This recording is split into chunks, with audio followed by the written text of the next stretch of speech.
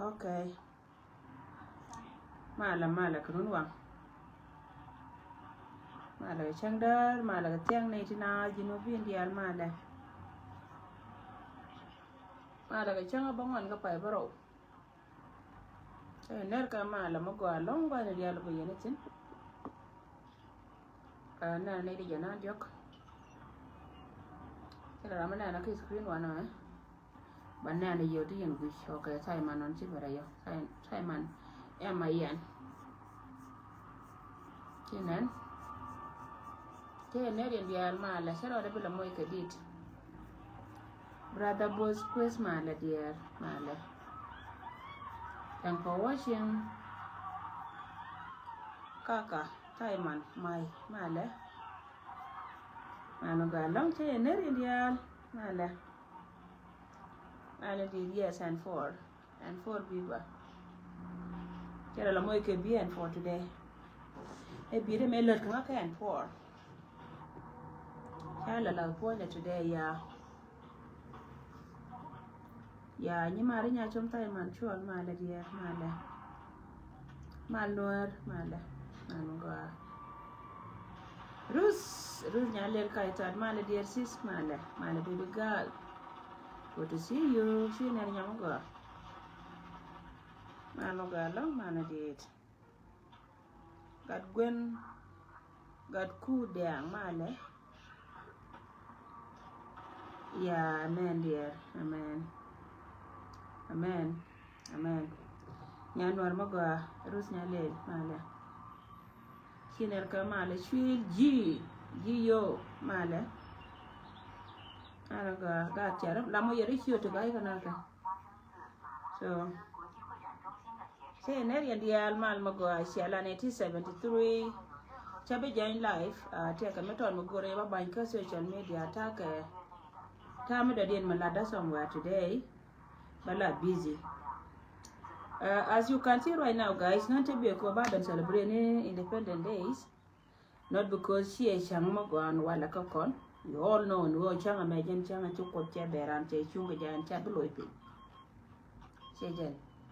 But telling a celebration because upway ke leu queen dinigen.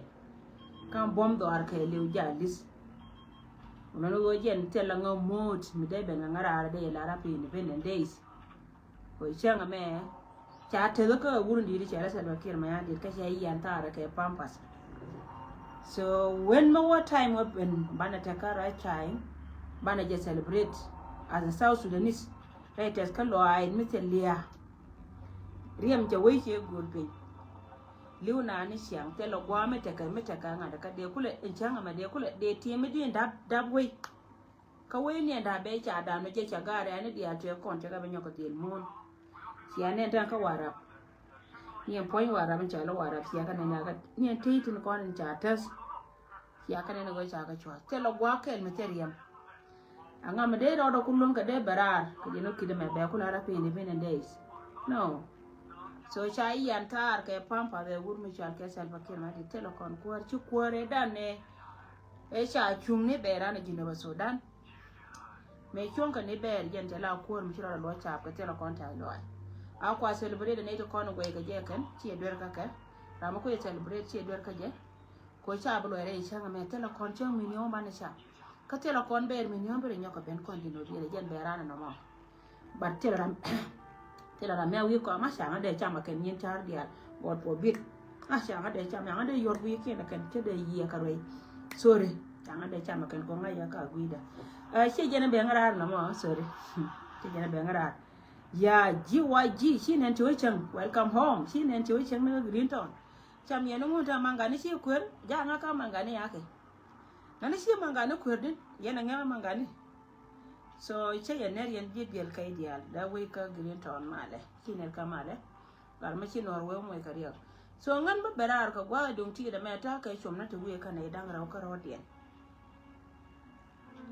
mara ken ka kanti dia da ti wana ban ka duwar ka social media ko runa wana linte te to go ba ban pin chomna na me ngode still rajanera idwar ka lawner bi chomna ba gara daro freedom fighters tin na kan wore kan ga lo dian gara dare wara mi sie ka di jango kan kondia len di jango bi chom na ba ka yete mo gora balari la advice ala ni mo ro dum tit kan le bola te yentin te mo gora ba temye bi rai da mi dong dian ba ka gat kel me ci rai dor mi shal ke wurur county ka pier payam gada mo ci rai ka jo we ci rai ka jangan ci lo da chete la lon ka kan la da ni sian ka social media ba to ka ja ci lo da chete la lon ka ri te ci lat jin gada mo I think a jin kwar payam ka dor mi chal ke pier kan ci du kana je cha pudu kana ngai wo jin nga cha lidi bad biriet ko biga ngai yo an mani yana ideal tin content sia video me sia nen ka social media ba biya chu ngai wo mi se na mo ka je mala no ne ro ko ne to content na mo mi te kara mi ki hieng tim ka yen ga dial ko ra ka social media ka te ka rin mo gor shop ler ko jen de shop de wuje be pes ka de la wina la wone barar ka je ri da mo ka je na bi no ra today jo we da ne si kwen chi la ro ne ne chete ka ne ti la ji ai go re mo da na wane ti sha ku ma ji cha jo da ra kan don mi chal ke fiere tama ka jo we ma ba ka ma dola ka jo we ki choran chi men cha ra me da ne si jo ra re chi cha jo ra chi na jo ra hiren mo go ki ku la re ni ku dia te kon chi la ne ci way yana min ci to ka wal ga ci to dor mi chal ke piere biya ka biya ranne ma ba ka yema yene ti dial ti chu ala ne ye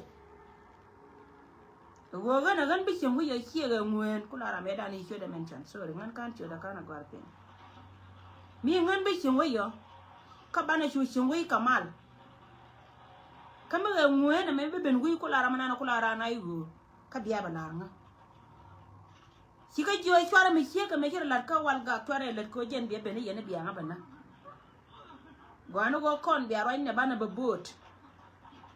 mite kara mi chal ka rana yu mo ngwane ji ayu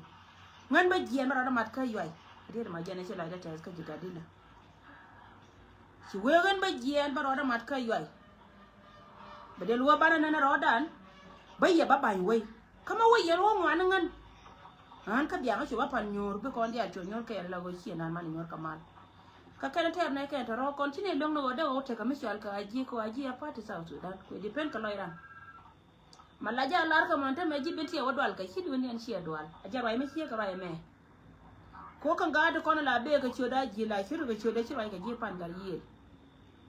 la chal ka na ka no go kon cha ka ben ka ba ko nyor kamal la go ti mo go na ka je cha biya ti na ka ta do na wona te ka ye rama lo ne ba chine ya pos ba nyur lakin men bana la niam la number 1 bentio chicken homework an cha kam ka selva kir ma yadi chicken araba la re monan doran ka bentio la ka nyur la ga chen ka chodaji kon den ran da ka party ne dia la kon la nyen South Sudan ko go kon mota kon quicken mi chal ka ayu chi ga ta ma chen na no ga ayu mente gwana na te tin cha la tin te mpe na jabel nyal je ka kon mi cha ro to tin kon dia te ka gwa me de kon te ka re tin che je go de ran te ka aji de te ka aji de ku ma sal pa de ya support che de wo ko sal pa kir ma yadi ko party me te che party me no barman e party ji no ba Sudan je ne ku kon dia la na me da ka kui ka mi che ka wono a je no kwa la ka gad kon de pe la ken ti kon da kor sal pakir ma yadi gad kon pe la ken che ka gad yun ti che pel ka mi charan kam bo mo go wero gwa mo kana ka la ka ba be nyur la go ken pan kien lat ka ni ku me ka ka cha kien dia ri di che ka ri to go te cha kon la kon gad kon la kwar bu nam ni che kwar to kon cha ka kwar ngani te ka ri ma cha lar de sal pa me cha wa ka ku cha jo kon mi sia ben today bakala ne kun Iron ma wai wonyo ka joya ga yu bakala ne ayu aje ta ku ma kana wi mon mata ka pat tun ta tela pat yake malaluka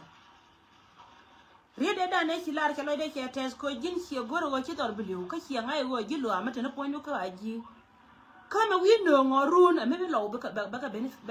ba lo ba don baka benefit ba benefit ba do re lo ka ami be penisia da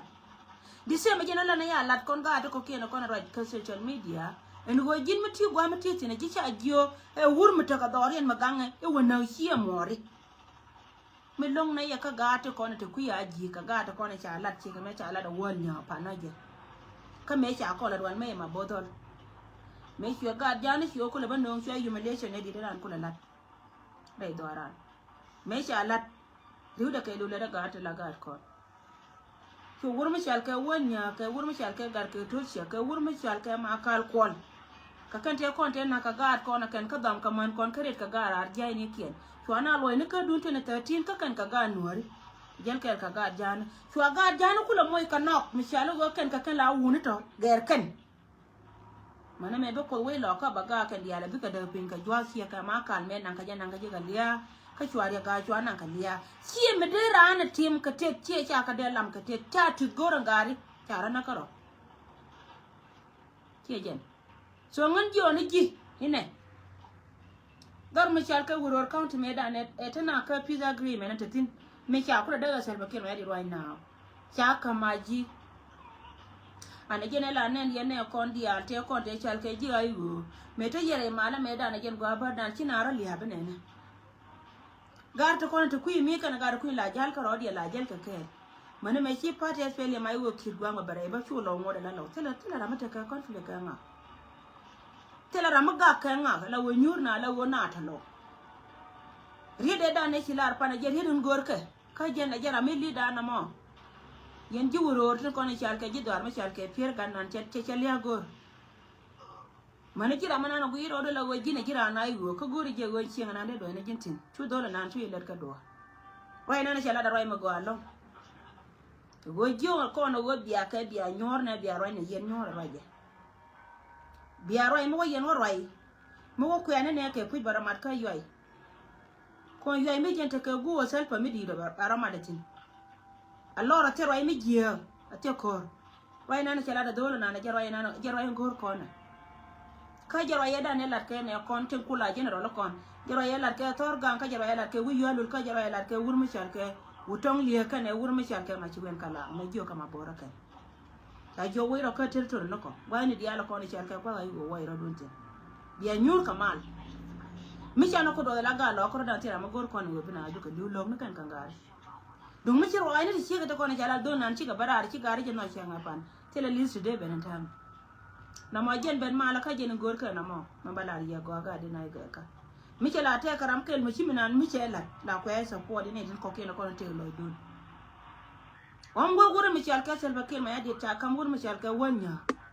a joj ta jo wora ya na ra ko ra cha balar kon dia mi bi abaliyan ka jen liyan nan chi liyan ka gan nan chi abaliu mu ya waliyan ka liyan nan chi liyan ka gan nan la ra je yana biya ka biya nyor ne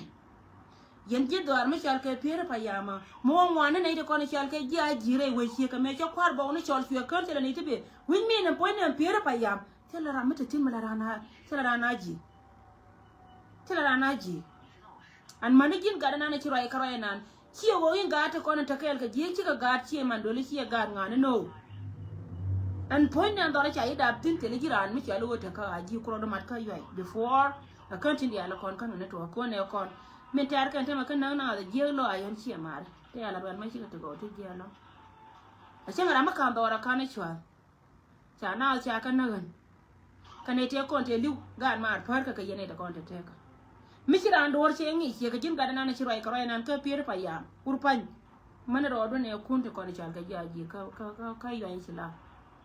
e pier pa ya ma do da lor ka gar na ni chi ka be la ri go ni ta ma do la tan pan lar ka ja ka ga na wa ji yen mi chi le ben ram chi na le chi do ka ji cha jo ra re we a ga ni cha ji bele na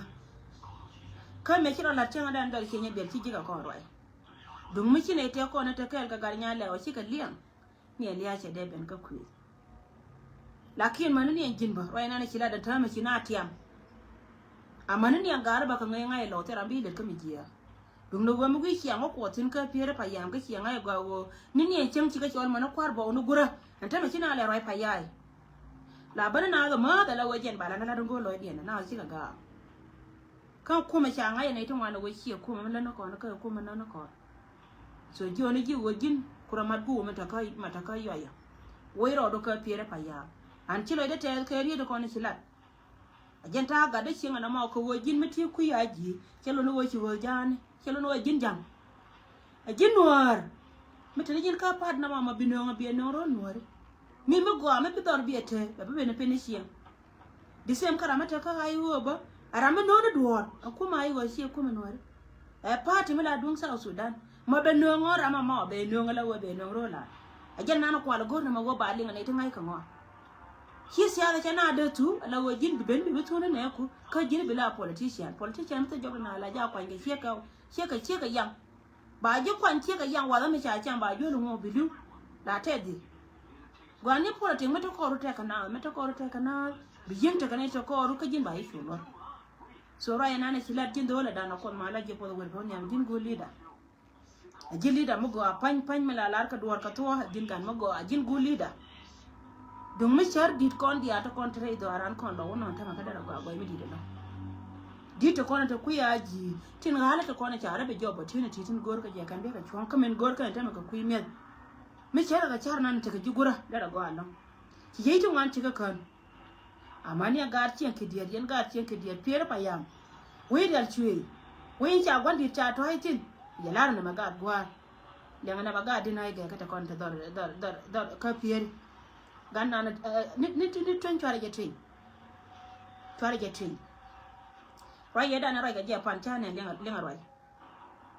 rai ya rai ka japan e guli da tele ter mete ka ciya ma nan je go kan kuma na da raudi ala titin kona tare wayen ta ma rai do aran e ka kuma ni tela kan ko na ka kan na ka kan da raudi shejan no kedi no je go ne to kon chal ke nuar ka ne ka ku ya kana ma ku ya ti so ngon che to ka dole nan an ti lo de che tel ka ji jin gwa bi mo message bi je te no ti lo de tel ka ji wer ka wan nyam roi da man dong dien chet ka men cha la ro bo ka di jango di o kana kon dia gare ngon te ka roi ma go ra bad la ri ya ka roi na la de je ka ku di na ma roi la de je ka ku di na ma roi ne chenga da na chile che to ka ga dwan cho kon di almarar kon ga dinai kana wiya kel ka ga nyama nan ko kana ka ba tele mi sha dira ga dwan me na ka ga shi onware churu dan dia tunga na kan chwa nin chwa pala kan faro da la rai social media tare dan kanai tilor kanai je kana wo ga dwan ariam dan shejan kon so te rami si de wayo tariu reida ante karama lo neje won duan para neje karama dong le ni du na mala demo ko na ci de chat balar na fara te tin kon angwa bara ma ke lew kane dia la kon goy ka kon ken ka social media ma rai kon la ngai karama lo neje gora ma para na ran ci le na par ga la ngai ke je min gora ba ko la ye purna ni chal ke dina ma rai kana tane na konta kon la rai da rai te ka tana ma ne ka ti chenga ni appoinde nga ta kon chal ka ga dwan chilo di entes ka malat ka te ka tana ti chilo di entes ka malat ka ko chenga da na chi korma che to ka lo dina ma rai gen gat kel rai gandi ate konde ku celebrate wo chi lo chi ka pere le da chore ore chi la gar ku rai ni go dina maro ibe meta ga dwan meta ka koro jara man number 1 la ko lo la we chi ga dwal cha ga dwan cha ka palia ajaram kel me la de na ka la ko na lakin jen min ko le lo ni ye jenen dan la wi jeni ruwai ne ke wara ma ra mate di kami si wo wi ka reality kan ga da ko ni chal ka ga dwan ge ka tin to to ngai ka je ka ne wo an dwan kana ga dina ye ka kel tera mat ke dina marwai la de ko la de men jo ye bia bo de chot ke dun ga nya la bu liyo so le ni ye kume ko te ke rin me che chop che la ro ne ane te ko na jo ye na ka ko be je ni si full force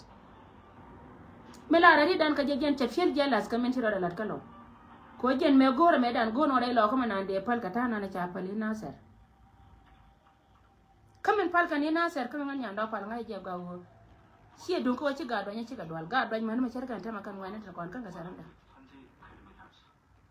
dun da wala te kamala baka la te kamala mala riyaw na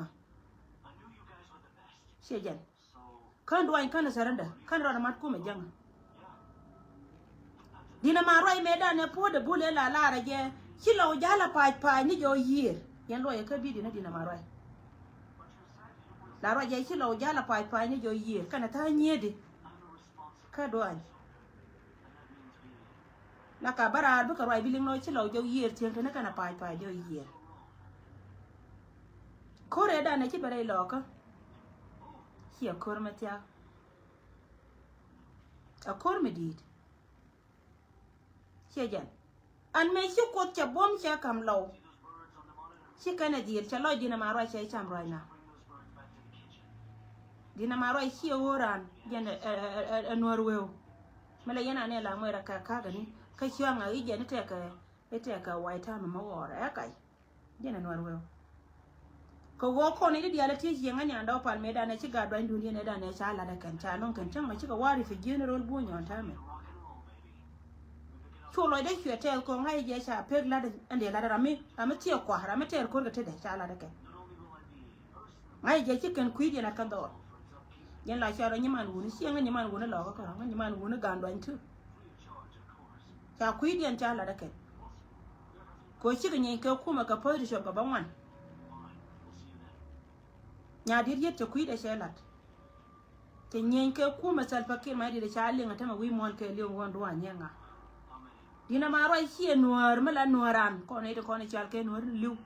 jen nuor wew lakin la para rode ko jen ba kulu we ite ka mele de gela yana ne la cholo rode ko roi ta mi sa ko nyanga ni anga da ko ne chal ke ga do ne ko ne liu tera ma ngai dina ma roi jen kel mi siara de bo da ka je ride la re pan ngo ne ne chi pun po da me joy ke lo no ba to la re chi lo nyi ke ku me ka cha ku me cha jo ye lo ko che lar me da ne to kon ko lo cha me lwan ne ne ken dina ma roi la po de bul la po de bul me ci alia da ne lu ka lo no dina ma roi no ka ta nyedi to ran ta don no ka ne lo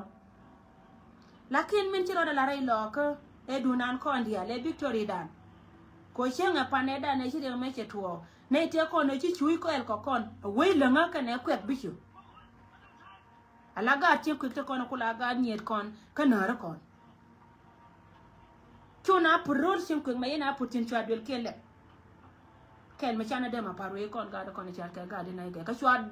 ne ko wanding a we ne dor michal ka ko char a we ne dor michal ka a we ne kan tie gol ko tie gol re dan kel ga rai dan ka tie gol ya ga je ku yer ka kobe teka koba tie gol ala dung bunya kana koba tie gol ala dung South Sudan ka kon ne ti la nei bas me chi le che tuwa ko kon ka ne tin kono kula gad kon chu gad we lenga chu karen me ne yen me bara che nge da ne chi kor me che tuwa gad we lenga chu karen che leng chu karen gi to arana ne chal ka da ma payang chu karen ne da na la we chi ko ne lo ko chi wona ka wal gad lenga ja go me cha wa cha da ga dina ka ga nya ma na kon ka kon na rekien ka jisia ka dan ka kan kon ne tin kon la nyen ba ni sia chejen so chu ga dwi le nga chwa me dan chwa la da ken lo da chwa te ko ka la lo ka ro di ne ko re da na chi be na ka me dan ba ni dan ta ko ke ye na kon na kon won di janan jok kon lo na nya ndo cha do ra cha na ni won dan jok ti ko re da ne be ka ji kan ka ga do ta ngai na point kien ga gwa len chwa ka na ko re da ka lo ka ter ka no go de lo ka ni do anya ka ngan mo kula rai ka ya gare gorol ci ka dial ci ka la ke milat ka dina ma rai kana ta nyi to ko la bagra to la ko lo ko ka buli na kan ci do an ke lew ka jana cha la ya pa na je manen yana mo nganya ndo la raja ka to ngani changa da ne china roi ku ne ne chi lo te pai la bang na ra ba tok ba dol ka pode da ne put ka lo biran bara par na lo ka jen point la ne go chi lo ja la pai isha jo year cha chen ken jo year nan chi ka meten don cha ka par ma ya do lo ka rei do ran ka chi la do lo ka to kon ga titin la te tin ba chang te lo kor sa ba ki ma din mi chi to la ji ga dinai la ka wala wo ka ki mi chi ka wo ki ba ka wa chang tin gwa nan wa ne ken dia la mai ka ke la jal ka ro dia ne no kulo kwen ka kon me kulo te ga nyet kon te be te ba ka na ba na re ken ba lo me cha ne te kon te ka ngara ko lo na kana kan chwa ka jori da no te la kor ma cha te kan chwa ka jo lo e jo ga to lo na te jo do je chi lo na cha te ko kan cha na gu la kan thang ken ben ka liai ko ko te ka bo so ni changa da na che to wo te ka ne la barar kwa lo buli na ken ni mi la da contribution la ka ba ni yo ga da dwan mi lo bor ba la ya today kana ne te ko na ngai ka na go te ngai je wo je lu ka ke la no re ramila ne na mila ko kala ra ka tiye la wo je ra ida te ka tiye ko jiran ma kuran ko je bulin re je ka da mate la jo je kiwa cha la jo chen pal ga je cha je ri ki dor karamo la ga wo je la ngi ni je go ra ma che cha no ana ne te dia te ko na kwa ka influence ka ne titi wur ma chal ka go ku ra ka ne dina ma rai to nyeri cho ka itin la go kan panken cho nang ni ja kam lo ka ne de ko ni chal ka jikan ban malari ya today gan ma da ro ko na samancan shi do an kelo kane da ko na cha ta la je to jiyo ta la ka dora ka ne jiya ta kan mat ka community jiyo ni ye wo yen farai dina ma rai chora yen ko mi dina ko da mor wo yen wori biya continue ka la da ka na ka la gor ko no bi me la ni biye pal bu ko lo podcast ka yen ken jela yana ne ta mala ngadot ka ken la rana dot te ka mi sinya do la ko kan chara ya la ka telo den magoy ke kan do nori telo den magoy ke kan mi che ko wajen poinde de ngai kan gonna me lor kan ja bala da kan la loy kan riena da mor sa jine no wajen te meladi ba ji kulo gore kan wajin bi meladi bi pal woka bi bi la to kan bi mi kan chan bina ta kan ngam ka social media ka kiyam ko la kana mo che ron kan ne dia ci wai che de ron na ko la ran yen platform do kono ko agona kan yin wore karan mate me lo ka lar ka kui wai so da ja ko jin bai wo nang rai kami bira mi chiro da ja ko jin chiro da ja ka che pel ka ra bai wo nang dubde cho go jega purna ni chale dina ma roi che de kan chiro ke roi te kon rai ka je jen cholo ni kuma ma da bol buron cholo ni kuma biya na lo ko no lo ka me dan chalo de tes ka tes mi di de long tele mi chang me la ne la pare te ka ne te ngaya te la bang na karar ko ken kwa buli ne lo ken ban me la ko ka lo de wo mos ma jora te ka duan ge ka te chon kel ka ga di no ya long ni pin ko ngan la ra ja ka telephone ajana kula ko ka lo de ne me go mi chang te ka ne dang do chara den jot ka social media ke dunia na lo ka ma ko dong ma taran ka mai kala da ka lo wa da ma te tino shiga ga do india yo ne ye chon mi chal ka ji kan chwa ja nyoko yo fara je nyoko mi use gene chon mi chal ka ji kan urna ne chal ka dina ma rai kana company da menana ta kaje kana ita ci wudiyan te jen chang ne pan kena ga do ka rodiyan cha ja nyoko kana malakke akwala riyo ga today fara chon mi chal ka ji kan chwa ja nyayo shiga ji kan dia ji kan ka ga nyet kon an ka kon ga nyet kien tu nganya do pala me mala shi ala ro da mo nyiman woni me kwalo lo ji jella se shi ko ka ra request kana ngani man woni dial ko ngata karal ka ne dia kan je kai ko ne shi na ra she ja me shi dia dian te ben me la da ne lo ne ya ko ka lo da ke le anti ta ka gam da ko lat ke ta me to ko e do ra che te ne chi do ra te ne no she ja ta ti the same ka ye dina ma roi point ne gen ko wo gen point de cha men cha lo ngalo cha lo ka an wuri nan gen te le me ta ga ja shi ra me na ra bo da ke riet ke ka shi ku masal fa bi yen rol ko ngada ka ba lo bana chan we beno mo de chel ba ko nyo ji ko ko tar ka no re ko chu mo we ben ban ku me de be chol ba dina ma roi ba lo wana ba mo de chel ba ko jo hiem den ara boda ka je jo ne ye go doran te ka roi midin mo gore roi wu yun chang far wu rodun boda ka nyindi na ma roi far na loi ka social media mo ye no loi ne ka bi hieng leng hieng gore roi yen gare hieng gore roi hien nyang do kel ka ro ade me bi roi ka chang kon dia loi ne wu jan chang ramu ko kon bulien na lada ka ti dia la kon lade ka te ba o je jo nan ka je win mon ka le wo ngam la duwa bom no ra kel la la je wo win mon te lo ra mi nyon kon no re dia bom dana ken ka beti o mana ne ku yema ta kon tin te lo ko ra mi nyon je no kule ni kon ko dor jine ba so dan na won ngwan dia mi ni ka kon ka ken dor jine ba so dan em na na ngun ko si me ra ro da ja ka je si je badran me che cha la gwal ya kala lo mu gwamala ka ra dia so yen gara da ra to kon cha da mu lwal si ngore ye pala roi ni dina ma roi ko la bera ro de yan chara jon me che wuje moy ka pide na wal ba ko la barwa cha to kon la ka dina ma roi si ka te de ri de wud mi si ka ye kama ko ka cha ngen ngen nyanda o mi la si ka nyalo ku de na la go no be na roi je kan lo ri ti cha pali wan nyame na ne ya le shi wala mana na yana ne mana jo ye cho na na yin ke cho na yin ke te ri me la cha na da chana jio meda ne ta kon kor me nyingi kan kana la wa siasa kan kona kula nyi wa ne ko ka doan te mala ma ka sho wo chula lu ina na ka te dia te kona ido jo chete ka bipti le meta kana mi chi chol wene ne jela wo tere no go ajeni jeno wu no ri sia pe seja me ma ga chol no chang na mala yana ne la ko nga cha ga ga cha ga chola jeni wu no ri sia pe mo pal yendo le ka de yen wei kwa xie ga san fa jena la chola chol xie ra ma xie en mi dan cheng na me ne ne che yong chol nan la go jen cha kai ka te dia la kon te ka da ka ne tin kon la ba ra la go jen da na te ka da ka believe you me mere je mere ti no kun pal pe mo go ra ka so ngan cha ba ra la go lo yen to kon la ken jo ne yen ka re che de dina maroi che te gia uno to kon de lo i to dai no and chon me chal ka ji kan pale je ri from today do an chunga kel ka kon si kon do an be mat dina maroi mi si pe me la ra je pa na rin me chal ke go yi me joy ka sie pul pos e jealousy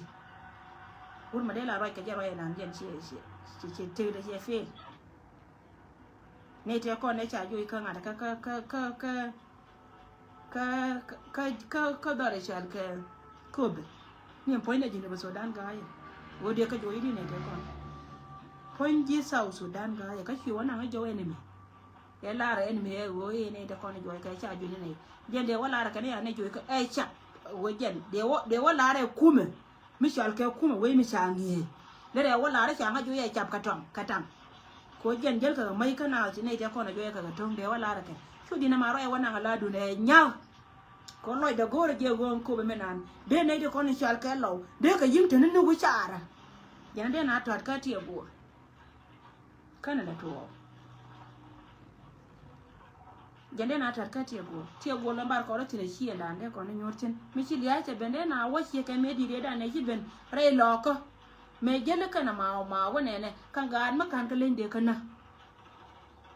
wani jana wa cha ka len an kan woni shi ngala ma ndam an shi bata ce ne ke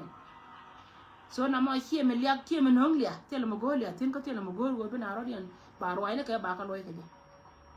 fara ro ne dina ma ro cha ro dun bo da ka pala ka from today yen ka ro ne bu jan chan gor kon go ban ro ka sharp chi ban na ka sharp chi ban na ka gad kon chang jona gad kon wo yena cho ro dun na ka bang me ta wana mo bang non ko ne yere ga wurje ko biya ko lo betu ko ro be tok do ko la pam na na liya ga nya le bu nya yo manu ga lo mala do beka mala be si ner ka mal nye min ci mi to ga nya le bu liyo ya ne den ta ga nya le wala wote mi cha ne le kan ji kume te mi cha ne le kan ku ye je liu ne cha nga pan ka cha ko ne la woli wala chicken cha pam ne to den cha wo chicken ga den kel shol re gan kon wa no wote ku di jango ta lu ka dunya ne ye na ngada ka ko no si ma ku ga ka yi cha pam ne to den kan cha ga den kel cha chola ken kan law shi ka kane da kona da ben poda kana kwat me cha majur cha na ne dan ka nasar majur me cha na ne dan ka nasar sai ne ko cha na ma jur me chana ka na ser chana ko chanana chejan so kata diala to je na jala zaka jangur na chaldi na marai ko jen chepi hiaron ko bu ngoni yen ko wora yen ko re biya we joni je dina marai no chara dun boda ke dun dina marai jen che fir jala ko jen ram kel ku te ka celebration tin day 1 ni me chi kuma wara lo ko lo de fiete da long ba chara ne pai chả nó cứ nô một điều đó là chả nó bà lò của tu bên đầu bên ai ở park cô chen mẹ thế nào cô này là rồi chỉ khơi mẹ có lò điện mặt cô là bút nếu quyền các cái đấy là bút được quyền cái này có quyền là bút cái mới quyền cái lò ok chưa con đi ăn biệt còn ấy còn mẹ vừa vừa đâu mà là cái chả gạt con chả gạt không gạt đâu con này chả cái bút này là Phật càng chùa là gạt đàn mua còn nó có mua còn mua quào lên nó điếu mà chả ra kén cô gạt bên chiều có Phật này nó qua ra gạt đàn mới càng con nó con chịu khơi mẹ đi ăn chứ mà uống này có đôi này chả là đuôi làm gạt đàn sejen mo woti ala wo kabe e jibenti ko ta mala rake jibenti kan gara kon de dor de le ko na ken de kon de ko be run ka ken gara kon cha pie ko na de ma cha ru run mo re ma cha wadon bi ka wa kwar kon ken ko la gore banya de do bien kon gu ye ga wo min bi kana lemu se ka me cha ra lung tin ga ta na jang pan kien a je na kwa la ye ne de ma cha me dan ya na ye kai dun gan ban ko chi ni na kai kum ka ganga ne ro de today chama to ngori ma chari siara me choma siara ndero kula kan siara na ma yanga je ke dun ko je ni china ni ka na sera si wo la ka je na sera ka na ka go ka ne ka so yan gara da ro jindi jango yena kondia fara boda ka yongana ka shon mi chale je kan from today ba lo ya gena na ka chale je nyoko nora gor ko no go bina wo tol ko go bi lo ibo ro na ka se chen media ba tin ti chen ba ko la palen nei de kon ka nor wew ku yene je chang na wa chinga ran tal pa kai ka mu da kai lenga ran de mo bor kai ka nuor wew tare ne je tinaken ka wonde e bor kana spele mai go jol ka kai biran we lo ga go ka ran de mo bor kai jen ban ta me la won credit de nanga jakarwa de tela gadgan do an ngaje mu cha kwantin yi ngara ma ku ne waita me ku ne da ka tatin lele mu jen tela kai tie ya ko tie je di jango tela me lele agwal ya kan jen agwal ku ne jen gorno be ga don kana ga dinai bi ka ta chunga jena gore na mo che gore bi aka riede so jena ba ida makama yen gar da wo shi gore ya pala ro ne dina maro ita shara kan yo het ka social media ramu ku mala yana ne nganya ndo la ka kai ran nyira kon ba ku zaken la je la ne je go kan jalase.com is booming. That's what I see. Melana na kaka nyiri ko tell a reason madara na bene beri ka balwe ga ko tera mi yala la gang nan ka jam seja kene gola rana gora ba ko wi nya ndo ba nya ndo kampe kan ngara na balonga kampe ko chelo ni gamna me ta gwa me nyi ngara jam tanye ga nore nyina jam so na majana ba ka mi yen garo dina maro ke pere ta ka da manan tete ke pere ta ka da manan tete shi ra madana rabo da ka je ka yen mo yeno kot ko re teme bia lo cheme chia lo ba gwino che bombe gwino i ram to chejen kan dia la ko ne ya to bien pat ko jena la kwa na la kan ne ko dor no le cho pe cha ko we ku meselfa kan ka bol bron tele ka da ne ko la gor ko no jin ba ju ko ka pe kan binyin we ko we ka melenke bina wo kot ko ga na chi nyi mo kan chi nyi ko chejen ta kontin che kontin tin no che chejen ta kontin mbala ye go yin wona no ta kon right ka social media chora la me chi yong ka yong da chora ja wi aloi bi guru ro ro nya bara yo bi tencho na ro nya letin ana mon da ka ne do kan jona biya bo da chora liya ga nya le me chi gen ko lo ro ga nya le la wur chenga ka ga nya le cha la ku ne lo ko no be lo ro de na ka lo da ja lis lo ka je ne lo liu bol boron kan dina ma roi gor ko no lo liu je ne gor ka kan tele mo da dien chicken no to go kan no to je kan wati je le lo ko jen ko ka benefit ha so joni ye go ka bara dun chon fara ka nyoko loy fara ka nyoko loy ne de kon fara ka nyoko loy kon da kon mi di men nyam da re do no ra ke de mu gor kon di alo bu won kon da tin bana go ni je go ngum be do no ra kam ra re de kam ta kon tin fara wi no no ala ramara ke jero yana la de je nga ka ne nga chora nyin ka la loy chora nyin ka nyoko ma loy yen ka so jena ba ndia kamena yen gari pula go chilo de jate da long kan dia la ko ne chiroi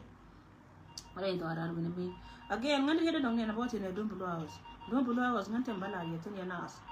mala yana ne la be de ka to ko la ro gwa mo te rin mala lar ka ye ga to amede ngan yan do mi siang nen ta barar ka mi chi tuo ka gara kon bwa mo cha ko la ko ka ne ka yo jang la ka mana information ne kan tu tuo ka yo pa ne da ne chi pa na je me chi dor me chi dor me cha wa jang la ko da ro ram ke changa jo nyanda wa cha wa dwen nan ta gara ta ka tin kan wan kan chop tin changa jo dwen la ta document ne dial tin tin cha gwar la nyen sien kan dial pan kien ka kan tin content tin chi ben tin chi wa changa jo wo mi te ka ma ba latin ne wa chi duore chi ta ka ngada ka te ka mi chi tuo ta wa ka document mun goya kan wan kan ne document ne kan cha wa gari ka tin changa la cha la nga wur janga la ke dum bu lo awas changa jo gari ka tin cha ti cha jo ka mo pen ga wa ka ko da changa je shar be ta ka problem mi to che to gor na je na mo je na kwale jo ni yo dum bu lo awas ta mutem balla tin wona kon mal ga je ka mal ko ngan che na de nga ba lon ko je na jo mi te mi je ma cha la da ken kuma shi ka me da na cha ko rar ka pe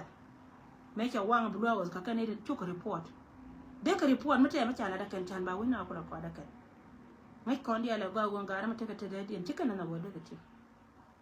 la ken ngan che bi yo go chu mute de ra ye cha la ngan do la ma cha ma yo go ne ne cha wang bu lo was ba de quikel kana chu gwa na te ne dia la kon cha yen kana chu te cha ma yo kui na na te ngara ka tin mate docs me na ken tin na jen kui na ni cha wa ya ra ma cha la ma yen sia ma dia la kon te ke dum bu lo was ngo da ka ma gwa ra je ma na ma cha ka ta ma pan changa jo ba wo irun chia wale irun cha wa ba wo irun aram kel kane da kon la to ku piu chia jen ram kel kane da kon la to ku piu changa jo ba wo irun so rai me jena de la ye go kon wona ka me liem ne ka pana ti ne kon tu mi te ka me cha yara kan janga cha gare cha gale ka dora ke tele ma la ke bu kan ti jo la jo do ti de bu ka jo ba la ye go ti de bu ka jo lakin pala na dini jena long wo kon mala ata kel ka gare che video go gare te mi je ka che video wo te ma go mi ka gare mo de yet tele mi chene jeti so jen jona la ri ye na mo che ma je bo woru adam kel ka ne de kon la ka piu la wa piu la ka wa to ka mo go woru na ba kon ba loy mana ne che waje be ba la nga che ba pal ba la nga ngene jen jona na ba la ri ye na mo so ngan ba do ko gara ka chom da ke le ka yen gare ora in chala ye men no yen janga de chware nya bara la wa bi ara lo nyo kama do continue yen ka jiro la to ko na chara jeti la gor kana na kan tela randu ne ko create la jet ta liep ko ni riet tu ni na do ko bara e ta ka ria ka nga ta na ka nga ne to chi ka ne content ko na ma kana malat ke ka ne te ko na buli na ka ga dwan ka ne la do nge ka ne dina ge ka haran ka ni ma je ne kula we ka ga lukki ora me da ne ta ga lis ba lo jo lo mu palien ga don liya kon dial kon nya don titi ka jene la jo yo cha de mi palo ro ja ga don ko ngai je riam da ka dial cha ma da bo na ka mara ka ba ko kon riam ke se ja so chara wu ne ka bi ara bo da ka ne ko nan tin cha re je la ju ko re la kwa ko na ka ni tit ko ba chom ni ji ken ba je wo ko nyam ka me le de e jala si sa da ke le we jealousy.com is booming, that's what I can say. So mi piran chi ku ngwane nganya do ma tik ngwa la ne na ka la ken lo na ma che la ko la je ma cha ran cha ti la je wo mu ma la do mu rom ne ha ka ngan te ja te mo di no te le mo rom ka ne nga ko kon ka social media di te te ngwa le ran ka la ba ran ma che pe le re ne ka te la de la gore je wo jen ko de bana la ba do ba ti na pa ni da ba la te kara ma ber kara mi se ka lo ina ba ko go no rom de cha ro ma na ko go te karame na ne charom ko wajen point de tele lusnu ko nan tete diri la la wajen point de de jilet ka te je ke je ko mi jole ra mi tuma ne jen ku yita de jole je ka cha jero ma jen ta mo ra dien ma dong charom ba la wajen te ka chia na mi charom ma jen ka family dien la lo je wa dong ra dien de wajet ke je so mi teng na ka se je mi de na na ro dien sie jen be ka ta na ti ngan ngai ma la da ro ba jen ngai je ngai ku yin wa tin ngai ku yin wa ba ro da mana yen gar jo ne yo chi nan ko ro ba na wo jen le chi roi na ka gar kon cha Quay na kagat kon chang yen wuni bia contribute la wuni. Chika kon nyer ka roda. Mete ka nyamara ina ka bentiu, te nyamara ina ka panga, te nyamara ina ka mika kon mandial kon rai ka se chang dia. Pela chiega na ne chal ke nyame nya bila kongana. Chia na te de riet ke. Nyen wora mkoko. Kanini dia la kon la rai kon mana te la chot ke ro pe la ken yen wuni gor ka jawdun. So be jawdun. Jawdun so be je chang. Kwa dia la kon ta ka. So thank you so much guys. Kon mala ta ke ka ye. Ba ye post ka ba gam. Por ahora ko gara. Kan dia no ngara ta. Bye for now.